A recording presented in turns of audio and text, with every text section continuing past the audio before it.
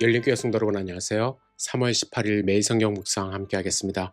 오늘 묵상할 말씀은 누가복음 12장 35절에서 48절의 말씀입니다. 함께 읽겠습니다.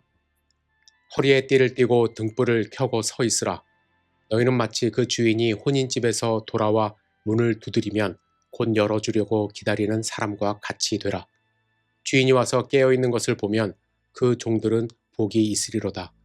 내가 진실로 너희에게 이르노니 주인이 띠를 띠고 그 종들을 제자리에 앉히고 나와 수종 들리라. 주인이 혹 이경에나 혹 상경에 이르러서도 종들이 그같이 하고 있는 것을 보면 그 종들은 복이 있으리로다.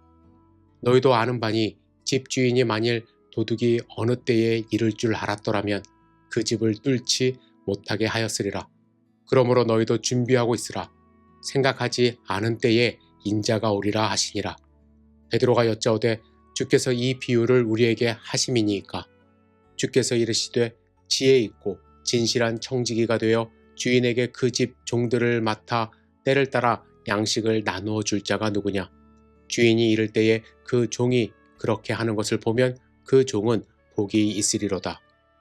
내가 참으로 너에게 이르노니 주인이 그 모든 소유를 그에게 맡기리라. 만일 그 종이 마음에 생각하기를 주인이 더디 오리라 하여 남녀 종들을 때리고 먹고 마시고 취하게 되면 생각하지 않은 날 알지 못하는 시각에 그 종의 주인이 이르러 엄히 때리고 신실하지 아니한 자의 받는 벌에 처하리니 주인의 뜻을 알고도 준비하지 아니하고 그 뜻대로 행하지 아니한 종은 많이 맞을 것이요 알지 못하고 맞을 일을 행한 종은 적게 맞으리라. 무릇 많이 받는 자에게는 많이 요구할 것이요 많이 맡은 자에게는 많이 달라 할 것이니라. 아멘. 예수님은 너희는 마치 라고 말씀하시며 오늘 본문에서 우리의 정체성을 알려주십니다. 우리는 어떤 사람들입니까? 한마디로 주인의 종이라고 말씀하시죠. 본문에서 사용되는 종이라는 단어는 둘로스라고 하는데요. 이는 헬라어로 사고 팔 수 있는 노예를 뜻합니다. 로마 시대에는 자유민뿐만 아니라 노예도 청지기의 역할을 맡을 수 있었다고 합니다. 오늘 본문의 설명처럼 실제로 청지기는 주인의 부재 시 집 전체를 관리하고 주인의 사업을 경영하는 책임까지도 맡을 수 있다고 합니다. 우리는 하나님이 맡겨주신 책임이 있는 사람들, 하나님의 종들입니다. 이런 사람들이 가져야 할 삶의 자세에 대하여 오늘 말씀하시는데 무엇보다도 주인이 오는 것을 깨어 준비하도록 하십니다. 준비하는 종들이 갖춰야 할 세 가지 모습을 우리는 알아야 하는데요. 첫째는 허리를 동여 매야 합니다. 유대인들의 옷은 길게 늘어지는 모양이어서 급히 달리려면 옷을 단단히 묶어야 했습니다. 예를 들면 엘리야는 허리를 동여매고 달렸다고 합니다.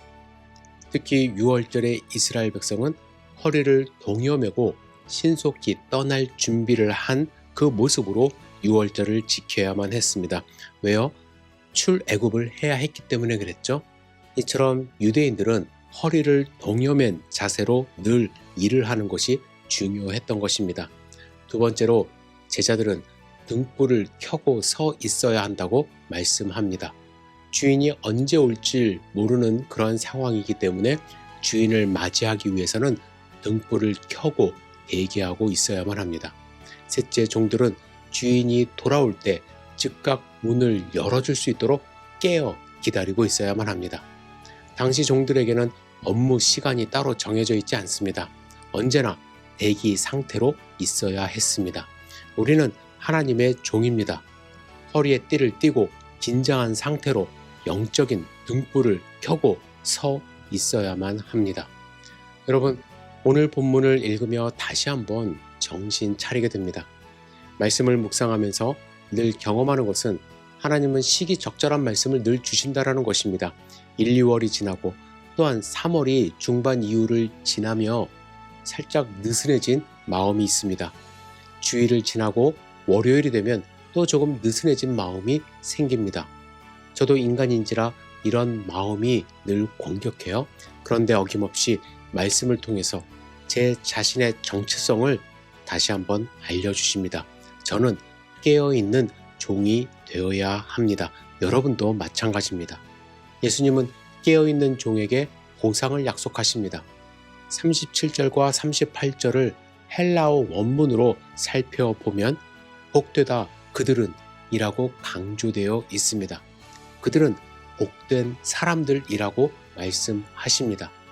가장 피곤한 시간에 주인이 오더라도 깨어 준비하는 종은 그 자체로 복되다고 말씀합니다. 그런데 예수님은 여기서 조금은 충격적인 말씀을 하십니다. 이렇게 깨어있는 종에게 주인이 허리를 동여매고 식사를 섬긴다고 하시기 때문입니다.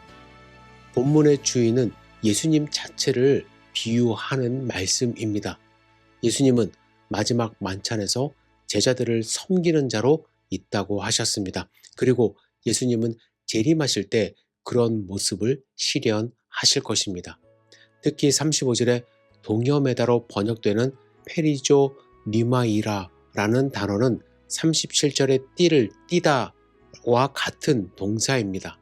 제자들에게 준비하도록 명령하신 예수님이 직접 섬기시는 장면은 섬기는 종의 모습을 강화합니다. 종들이 주인을 기다리는 것은 지극히 당연한데도 주인은 종의 위치로 내려가 제자들을 보상하실 것이라고 말씀하십니다.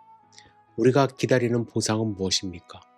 어떤 분들은 물질적으로, 사회적 지위로, 정치적인 힘으로 보상받기를 원합니다. 하지만 예수님은 그런 보상은 꿈깨라 말씀하시며 가장 좋은 보상은 주인 되시는 예수님을 다시 만나 그분과 함께 식사하는 것임을 알려주십니다. 과거에는요, 이것이 과연 복된 보상일까라는 의심을 했습니다. 물론 물질적인, 사회적인 바람이 없는 것은 아닙니다. 한편으로는 재정적으로 걱정 없이 살고 싶기도 하고 남들처럼 힘을 가지고 싶기도 합니다. 그러나 말씀을 묵상하며 기도하면 그런 보상은 덧 없음을 알게 하십니다. 그래서 더욱 나의 구원자 되시는 예수님만 원하고 그분과 함께하는 꿈을 갖는 것이 가장 큰 복이고 또한 보상임을 고백하게 됩니다. 여러분, 마라나타라는 단어를 아십니까? 이 마라나타는 신약에 기록된 아람어로 고린도전서 16장 22절에 나오는데 이는 초대교회 성도님들이 서로 만나 헤어질 때 하는 인사말이었다고 합니다. 이는 우리 주여 오소서라는 뜻이 있습니다. 오늘 본문 말씀을 묵상하며 마라나타를 되새겨 봅니다. 여러분, 주님이 다시 오심을 기다리며 기대하며 하루하루를 살고 있는지요? 주님의 오심을 놓치지 마시고 주님의 오시는 그 순간을 기대하는 열린교회 성도 되시기를 주님의 이름으로 축복합니다. 오늘 그 기대감 가운데 하루를 승리하시기를 다시 한번 축복합니다. 기도하겠습니다. 전능하신 주님, 오늘 하루를 기대하며 살아갈 수 있도록 인도하여 주시옵소서. 주님의 종으로서 허리를 띠고 깨어 서서 주님을 맞이할 준비를 한 하루가 될 수 있도록 인도하여 주시옵소서. 마라나타, 어서 오시옵소서. 주님을 기다리는 우리 귀한 열린교회 성도들 될 수 있도록 인도하여 주시옵소서. 예수님의 이름으로 기도드렸사옵나이다. 아멘.